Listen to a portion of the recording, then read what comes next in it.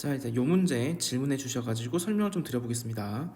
우선 이 문제는 센 확률과 통계 29페이지 171번인데 지금 연도판이 좀 다를 수 있어서 이 문제가 맞는지 확실치는 않습니다.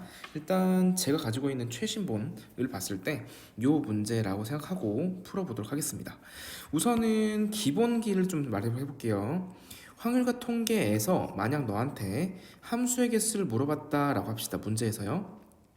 그러면 함수의 개수 문제를 푸는데 하필이면 이 집합 x가 어떤 집합이냐면요, 유한집합이에요. 근데 이 유한집합이 하필이면 또 정의역이네요. 자, 이게 다시 무슨 말인지 설명해 보겠습니다. 함수의 개수 문제를 확률과 통계에서 너한테 물어봤어요. 그런데 정의역이 유한집합이라면 반드시 무엇을 그려줘야 되냐면요, 화살표 그림이라는 걸 그려서 풀었으면 좋겠어요. 화살표 그림이 뭐냐면은 이 밑에 제가 미리 해놓은 게 있죠. 자, 요거를 이게 화살표 그림이라 부르는 거예요.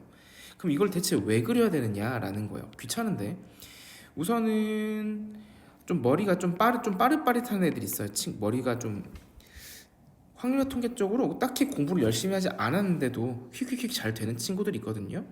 이제 그런 친구들 빼고 대부분의 친구들은 머릿속에 그림이 그려지지 않기 때문이에요. 이렇게 해서 도식화라는 걸 해줘야 돼요. 도식화.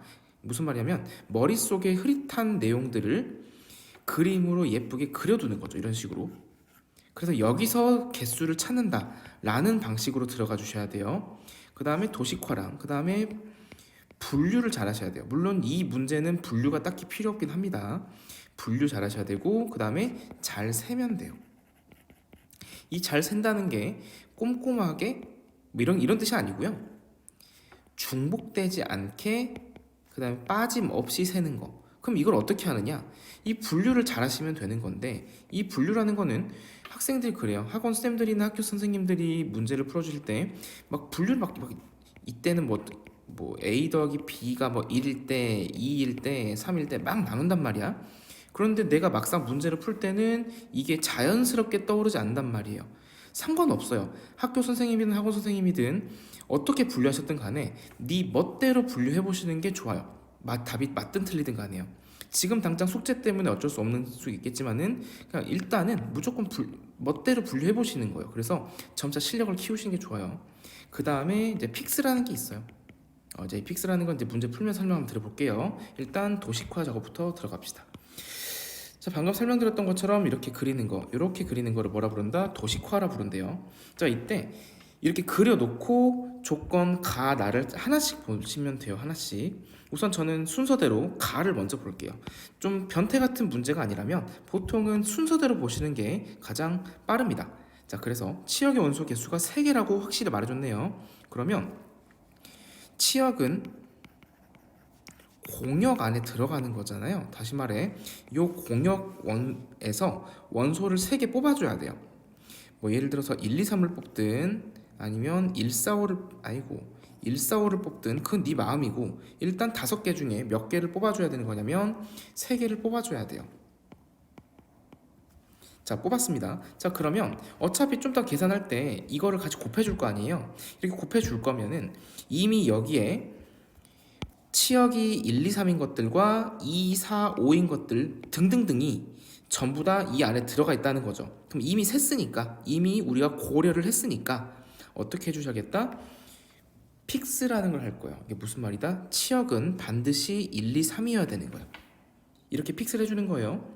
이까지 되었을까요? 그러면 문제를 이제 더 읽어보도록 하죠. 가는 끝났어요. 나 한번 해볼게요. 집합의 x의 정의역에 이미 두 원소 x1, x2가 있대요. 그런가 보죠. 그런데 정의역의 원소를 보니까 숫자 1, 2, 3, 4, 5로 되어 있어가지고 순서를 볼 수 있네요. 순서가 결정되었다면 그 치역도 그렇다. 뭐 이런 얘기죠. 예를 들어 지금은 그렇지 않지만 예전 같은 경우에 우리 저 선생님이 학교 다닐 때는요, 키순으로 번호를 짜기도 했었대요. 저는 이름순 했어요. 키순으로 이름 짰대요. 그러면 예를 들어서 반에 좀 조그만 애가 있고요, 좀 더 큰 애가 있어요.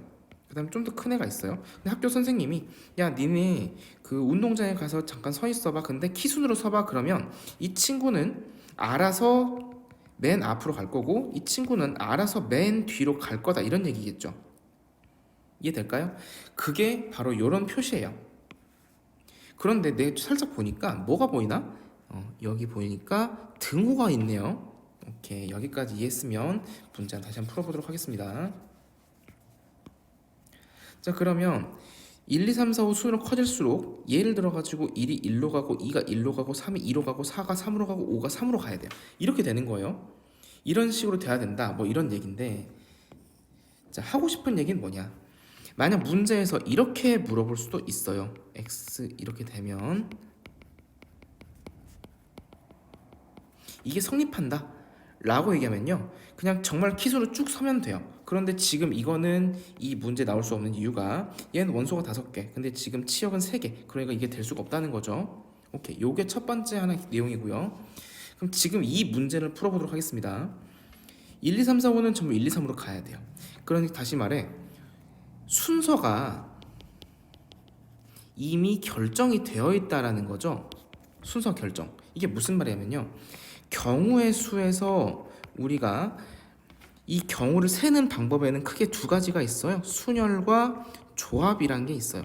정확히는 방법이 아니고 도구인 건데, 그러니까 빠르게 셀 수 있는 방법인 거죠. 근데 순열은 순서와 뽑기, 이거는 뽑기만 돼 있는 거예요. 그런데 지금 보니까 얘가 순서가 이미 결정되어 있다 그랬죠. 그러니까 조합을 써야겠다라는 거예요. 이해됐나요? 언제? 이렇게 돼 있을 때요.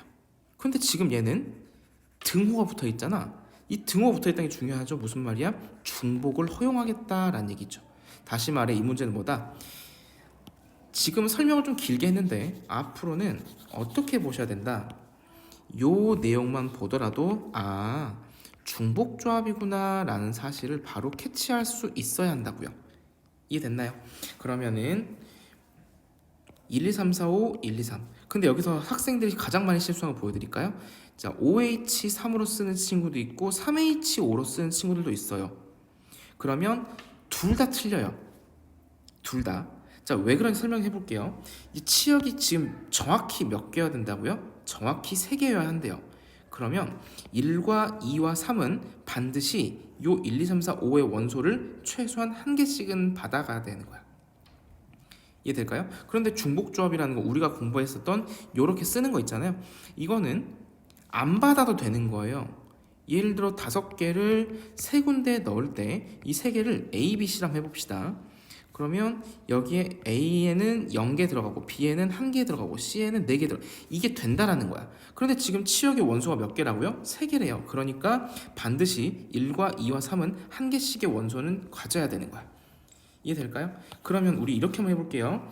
1이 가져가는 정역 개수를 A개, 그 다음 2가 가져가는 원소 개수를 B개, 3이 가져가는 원소 개수를 C개를 해볼게요. 그러면 A 더하기 B 더하기 C 정역 개수는 5였을 텐데 여기서 A도 최소한 1 이상, B도 최소한 1 이상, C도 최소한 1 이상이 될 거예요.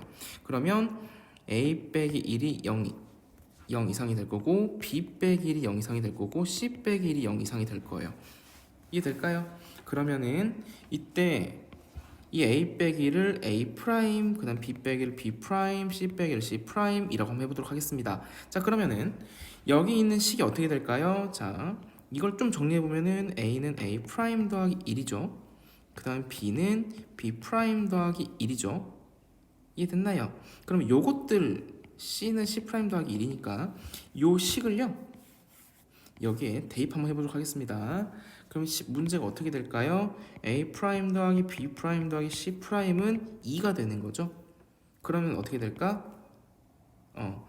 이제 3H2라고 되겠죠. 괜찮을까요? 그럼 결론 내려볼게요.